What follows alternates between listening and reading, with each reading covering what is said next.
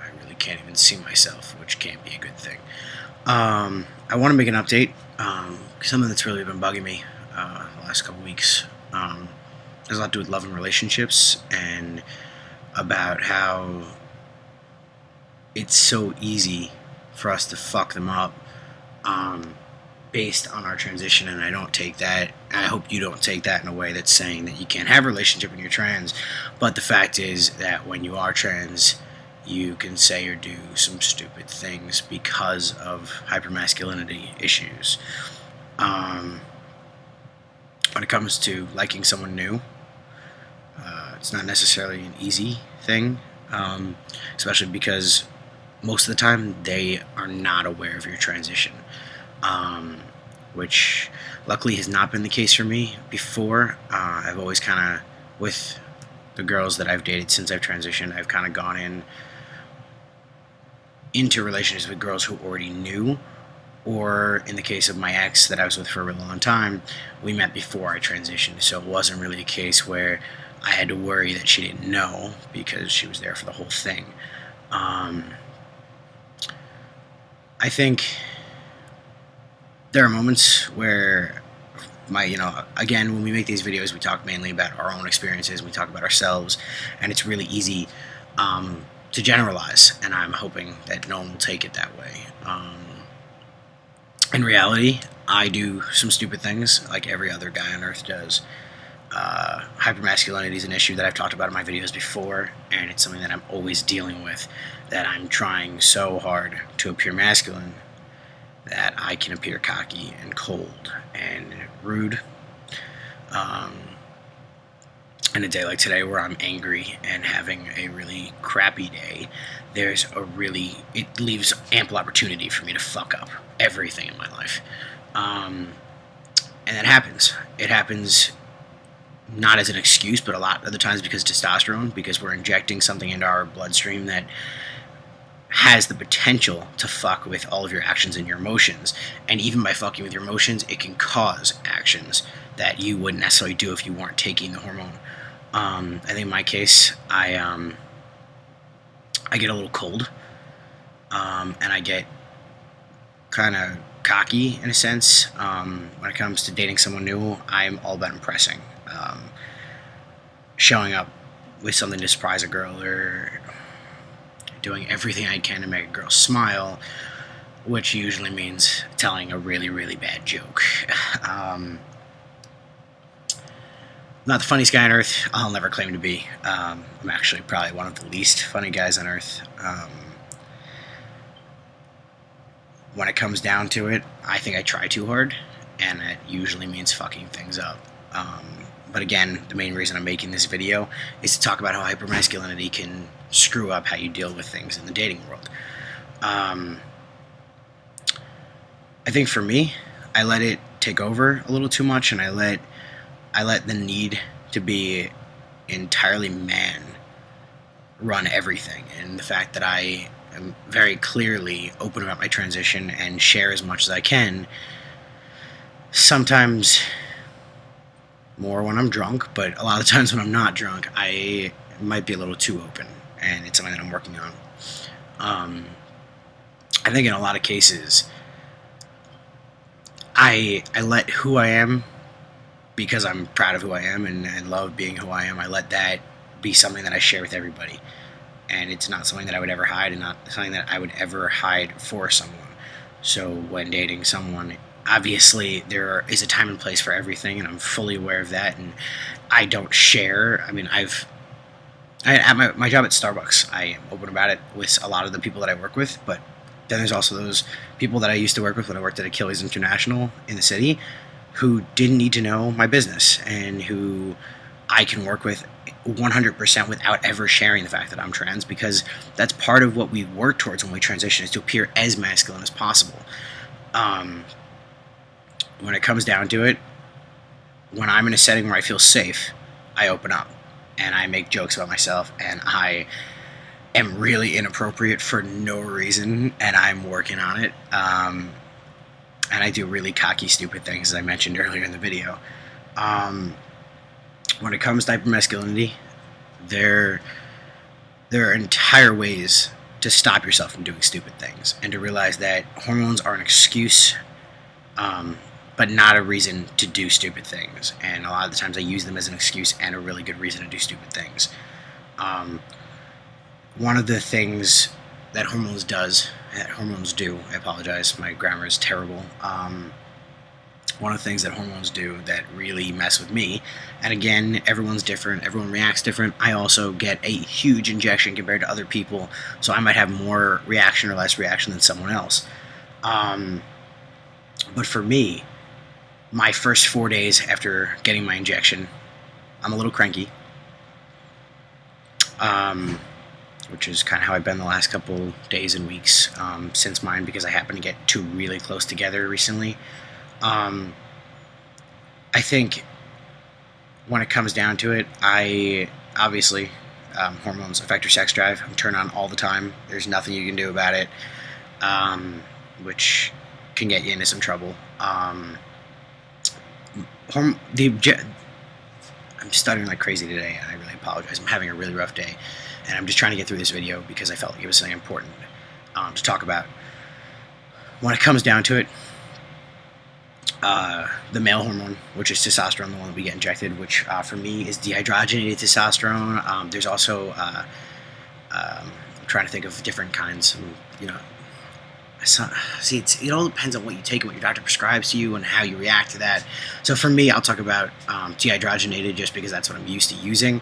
I do intramuscular injections once every 2 weeks of about 1,000 milligrams. And basically, I've talked to people a lot about the fact that I'm doing some experimental work with my doctor, so my numbers will not match yours, and they'll be very different. So if you think they're strange, I don't really care. But when I get my injection, I'm really angry for a couple days, and I do some stupid, impulsive things that I probably shouldn't do. And I'm completely knowledgeable of the fact that I'm doing them, but a lot of the times it's an impulse. If you picture the most hypermasculine biological male I kind of turn into a guy like that for the first 4 days after my injection. But I can be stopped. I know when I've gone too far, and usually I learn that after the fact, but you can't really do anything about it. You have to move forward. I think one of the things that I do while I meet with my doctor is to tell him when things like this happen, to tell him when I feel as though I don't have control. And a lot of that is stuff that we can monitor and, do less injection, do more frequent, smaller injections, things like that. Will help get you to where you are. But people need to realize, and it's one of those things that people around you need to be aware of, is the fact that you would not be like this if you weren't doing injections over a period of time, versus where a natural born male has hormones just flowing through his body all the time. So he's usually in a constant state of something, whereas for us, you're in a state for a short period of time after your injection that you might not be in for the rest. Just like I'm really, really sensitive at the end of my injection cycle, right before I get a new one, because it's worn out of my system already, and I become a much easier person to be around. I'm trying to think. I got my injection about 2 weeks ago, so for about a week before that, I'm a really nice guy to be around. And I'd like to believe that I'm always that guy, and I try really hard to always be that guy, but that's who I really am. And in a lot of the cases, towards the beginning of my injection for about a week, I'm not that guy. I think it's really important for me to work on that, and it's really important for a lot of other people who experience the same things to work on that, because that's all we can do is try to build ourselves and try to become better men. And I think that's something that I really need to work on, and I know a lot of other trans guys that do, which again was why I felt it was important to make this. My only other thing that I kind of want to throw in there, just to be open about myself and be as honest as possible, is that I'm finding that I haven't had surgery in a while, and I'm kind of craving it, and it's weird. There are about 3 surgeries that would kind of be viewed as cosmetic that I feel that I would like to have to make myself appear more masculine, and I have every intention of having them. I don't know if there's really anything anyone could do to stop me from having them other than me not having enough money to do so. And I find that the further I get away from my last surgery, the more I crave to change more and more. And I think in a sense, it can become sort of like an addiction. Sort of like going for shots. When you're first getting your first couple of testosterone shots, you want to be, not really that feeling of getting that injection because it hurts like fucking hell, but the feeling that you get of pride after getting those injections you want all the time, and it kind of gives you a high.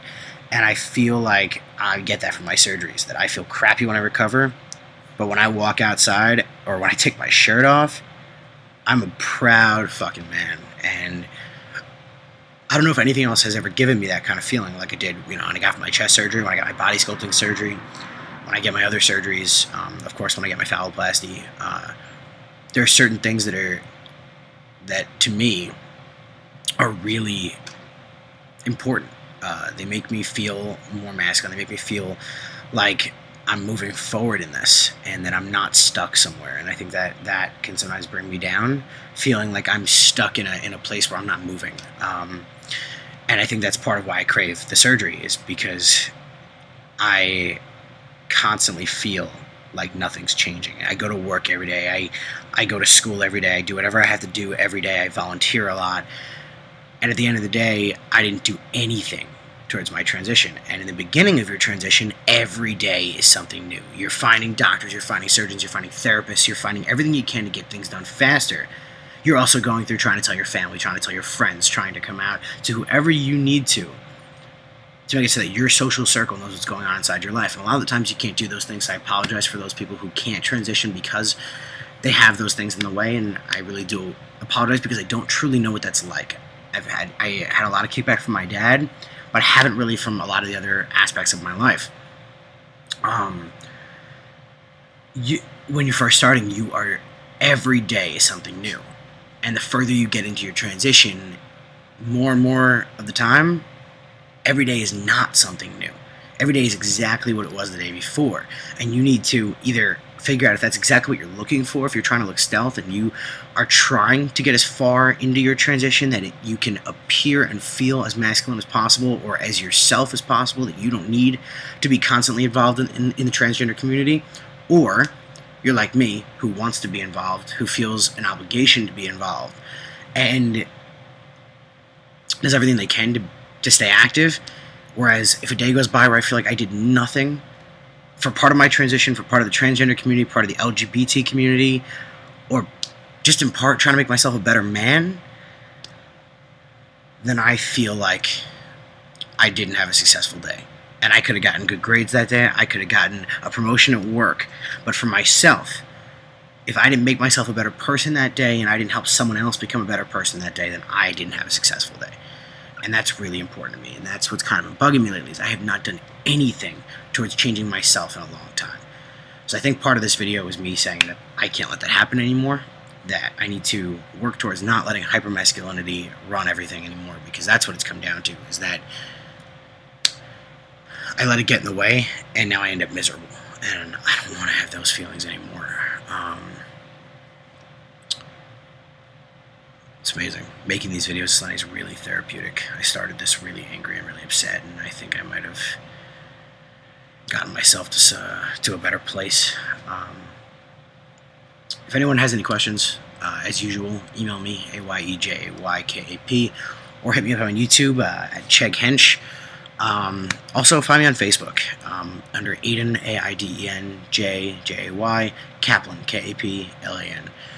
I hope you guys are having a great day and had a very, very happy holiday. Please message me if you have any questions. Goodbye.